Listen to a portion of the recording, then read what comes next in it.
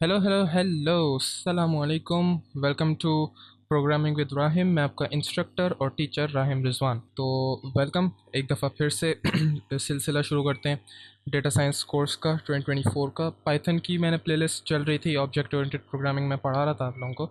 तो उसमें हमने इनकैप्सुलेशन का पूरा कॉन्सेप्ट कवर कर लिया है और बाकी पॉलीमॉर्फिज्म है, एब्स्ट्रैक्शन है, इनहेरिटेंस है, वो भी इंशाल्लाह हम आगे जाके देखेंगे। तो मैं एक नई सीरीज़ शुरू करने जा रहा हूँ डेटा साइंस कोर्स की। चूँकि ये जो चैनल है ये मैंने बनाया था कि मैं इसमें आप लोगों को डेटा साइंस सिखाने का मेन पॉइंट था मेरा।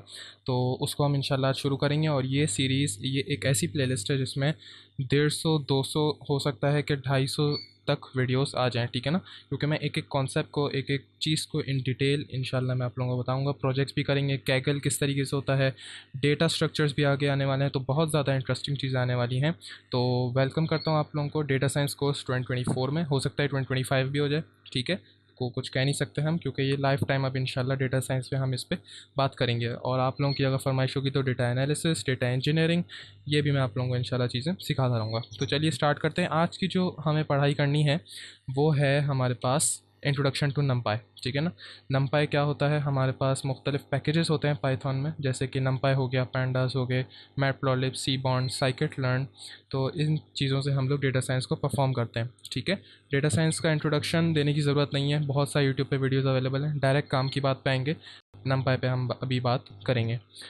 तो की फीचर्स क्या होता है नमपाई के? बेसिक जो चीज़ है हमारे पास, ये मेरा अपना कर्सर आ गया। नमपाई स्टैंड्स फॉर न्यूमेरिकल पाइथन, ठीक है ना। A powerful computing library used for scientific computing and handling and calculating large amount of data. को ज़्यादा ही एंड लगा दिया, मुझे अभी रियलाइज़ हो रहा है। खैर, साइंटिफिक कंप्यूटिंग क्या होती है कि आपको जो बड़े बड़े कंप्यूटेशनल एनालिसिस वगैरह करने होते हैं, बड़ी बड़ी जो कैलकुलेशंस करनी होती हैं साइंस की फील्ड में, उसको हम कहते हैं साइंटिफिक कंप्यूटिंग।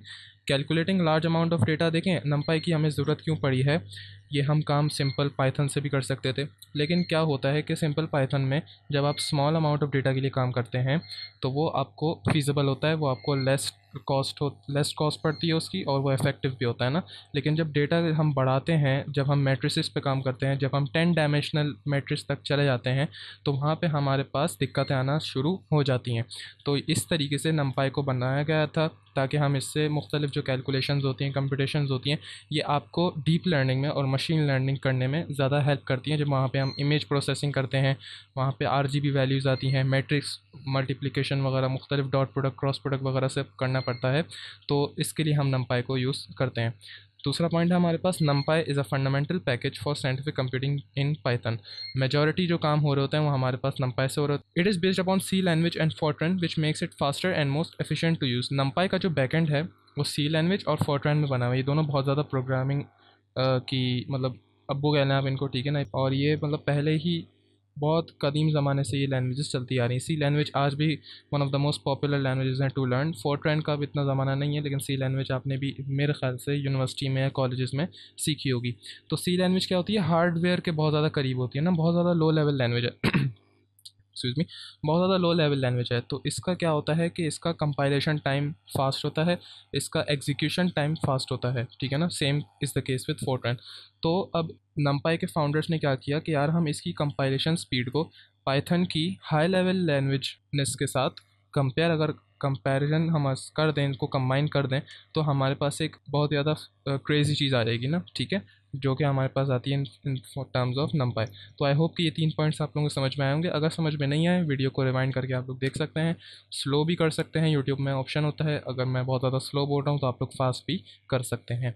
नेक्स्ट आते हैं, the game is about arrays. नमपाई में जो गेम होता है वो हमारे पास एरेज की फॉर्म में होता है ना।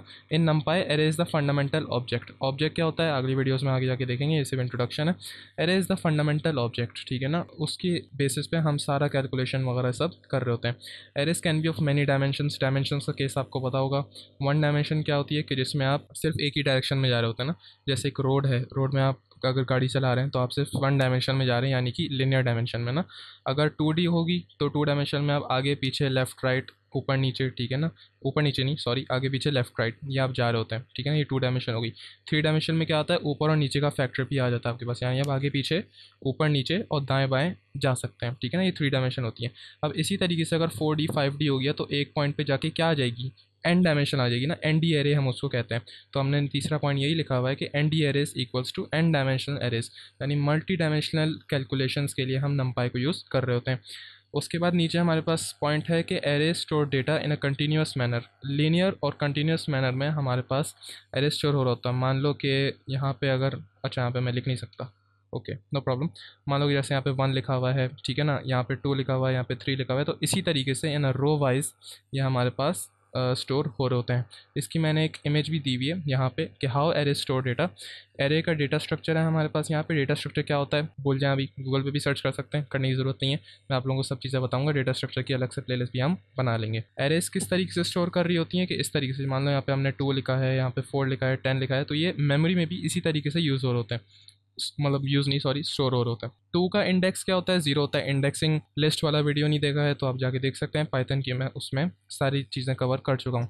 यहाँ पे हम डायरेक्ट एरेस पे आ गए हैं, ठीक है। यहाँ पे हमने क्या लिखा हुआ है, एरे एलिमेंट्स होते हैं हमारे पास 2 4 10 15 5 3, ठीक है ना, और इंडेक्स हमारे पास यहाँ पे नीचे होता है। सेम मेमोरी में भी इस तरीके से यूज़ स्टोर हो रहे होते हैं। मान लो कि इसका अगर मेमोरी लोकेशन है 100, और अगर ये 1 बाइट का है तो ये 101 पे होगा, ये 102 पे होगा, ये 103 पे होगा, ठीक है ना।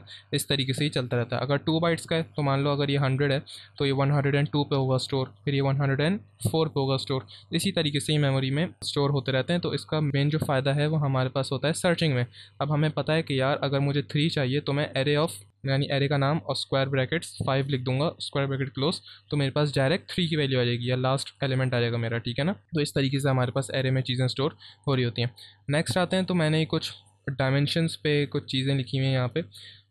यहाँ पे हमारे पास एक वो दिया हुआ है इमेज पिक्टोरियल रिप्रेजेंटेशन की। 0D एक पॉइंट होता है, 1D एक आगे पीछे हम इसमें जा सकते हैं ना, और 2D में क्या आता है, आगे पीछे और दाएं बाएं हम जा सकते हैं। 3D एक क्यूबॉइड की शक्ल में यहाँ पे दिया हुआ है। 4D और 5D ये बहुत ज़्यादा ख़तरनाक चीज़ें आ गई हैं, तो इन पे जाने की अभी ज़रूरत नहीं है। आपने 5D एक मूवी में भी देखा होगा जो कि क्रिस्टोफर नोलन ने बनाई थी, इंटरस्टेलर, बहुत पुरानी मूवी है। तो इसमें कूपर क्या होता है, एंड में आके जब ब्लैक होल में जाता है तो ये 5 डायमेंशनल स्पेस में आ जाता है। तो कुछ इस तरीके से आपकी 5 डायमेंशनल स्पेस यहाँ पे आप देख सकते हैं, आपको दिख रही होगी, ठीक है। तो that is all about this tutorial, about this video, about this informative video on NumPy। तो और एक आखिरी बात कहना चाहते हैं, welcome to the world of data science, ठीक है। That's all from my side, thank you very much.